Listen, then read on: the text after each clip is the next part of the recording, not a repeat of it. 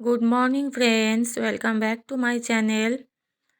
পুরনো পিলো কভারের দুটো রিউজ আজকে আমি তোমাদের সঙ্গে শেয়ার করব। আজকে এই ভিডিওটা দেখার পর থেকে পুরনো পিলো কভার তোমরা আর কিন্তু কখনো ফেলে দিও না।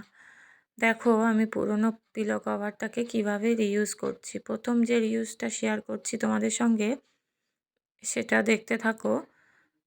এই দেখো এরকম একটা পিলো কভার নিয়ে নিয়েছি। এবার এই পিলো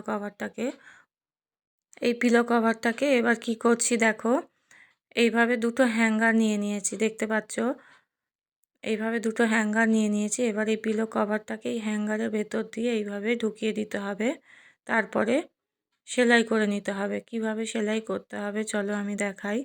দুপাশেই কিন্তু এইভাবে এইরকম একটা হ্যাঙ্গার নিয়ে নেবে, দুটো, একটা নয়, দুটো হ্যাঙ্গার নিয়ে নেবে। এরকমভাবে দুপাশে এইভাবে ফোল্ড করে নেবে, যেভাবে আমি দেখাচ্ছি সেইভাবেই ফোল্ড করে নেবে আগে। এবার দেখো কিভাবে সেলাই করতে হবে। এইভাবে এক পাশটা সেলাই করবে আর একটা সাইড এইভাবে সেলাই করে নেবে, যেভাবে আমি দেখালাম এইভাবে কিন্তু সেলাই করে নিতে হবে। এই যে দেখো আমি সুঁচ সুতো নিয়ে নিয়েছি, তোমরা চাইলে মেশিনেও সেলাই করে নিতে পারো। এবার দেখো কিভাবে সেলাইটা দেখাচ্ছি আমি। এই যে দেখো সুঁচ সুতো নিয়ে নিয়েছি।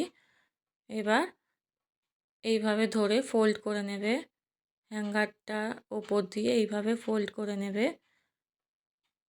আমি মুখে বললে যতটা না বুঝতে পারবে, ভিডিওটা স্কিপ না করে দেখতে থাকো, তাহলে বুঝতে পারবে কিভাবে আমি সেলাই করতে বলছি।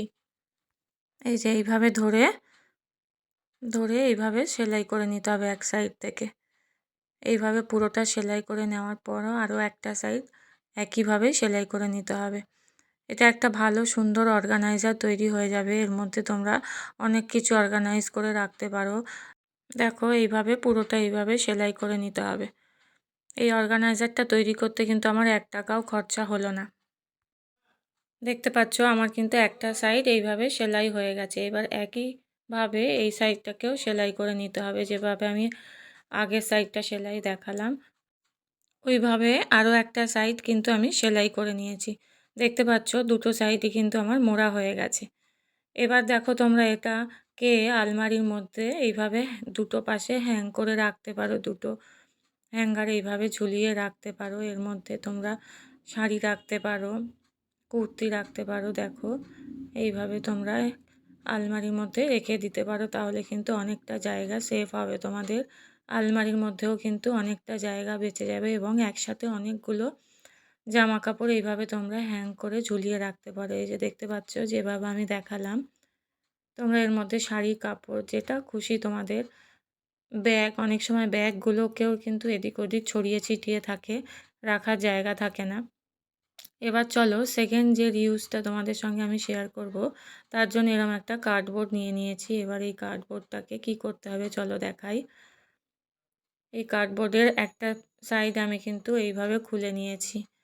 এবার দেখো পিলো কভারটা কিভাবে কার্ডবোর্ডটাকে কভার করে নিচ্ছি। পিলো কভারটাকে দিয়ে কিভাবে এই কার্ডবোর্ডটাকে কভার করে নিচ্ছি দেখতে থাকো। এইভাবে কার্ডবোর্ডটা পিলো কভারের ভেতর এইভাবে পরিয়ে দিতে হবে প্রথমে, দেখতে পাচ্ছ। এই যে এইভাবে বাজার থেকে যদি এরকম ধরনের অর্গানাইজার তোমরা কিনতে যাও, অনেক টাকা কিন্তু নিয়ে নেবে। এটা যদি তোমরা ঘরেই করে নিতে পারো 1 টাকাও খরচা না করে, তাহলে আর বেকার আমরা কেন পয়সা নষ্ট করতে যাব। দেখো কিভাবে আমি দেখাচ্ছি, এইভাবে তোমরা সেট করে নেবে কাপড়টাকে।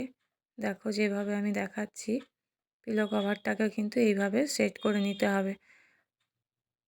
এই যে দেখো এই কোণটাকে এইভাবে প্রথমে তোমরা যদি মনে করো সেলাই করে নেবে, তাহলে কিন্তু এইভাবে ফোল্ড করে নিয়ে পেছন দিকটা সেলাই করে নিতে পারো, বক্সটার পেছন দিকটা আর কি। এই যে এখানটা তোমরা সেলাই করে নিতে পারো অথবা সেফটি পিন আটকে দিতে পারো। দেখো আমি এইভাবে সেফটি পিন আটকে নিচ্ছি, তাহলে যখন নোংরা হবে, ওয়াশ করার প্রয়োজন হবে, তখন কাপড়টাকে খুলে ওয়াশ করে নিতে পারো, আবার কাপড়টা পরিয়ে দিতে পারো এই কার্ডবোর্ডের ওপর।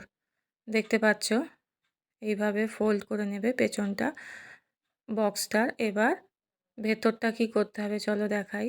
এই যে এইভাবে ভেতরটাকে আর একটা পিলো কভার নিয়ে নেবে এইরকম, আর কার্ডবোর্ড যে আমি আগে কেটে রেখেছিলাম, বক্সটার একটা সাইড আমি আগেই যে এইভাবে দেখালাম তোমাদেরকে, সেটাকে এই পিলো কভারের মধ্যে এইভাবে পরিয়ে দেবে।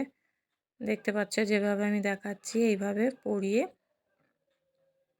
তোমরা চাইলে এই কার্ডবোর্ডের মাপ করে পিলো কভারটাকে কেটে নিতে পারো, না হলে এইভাবে ফোল্ড করে নিয়ে এটার সঙ্গে এইভাবে সেট করে নেবে।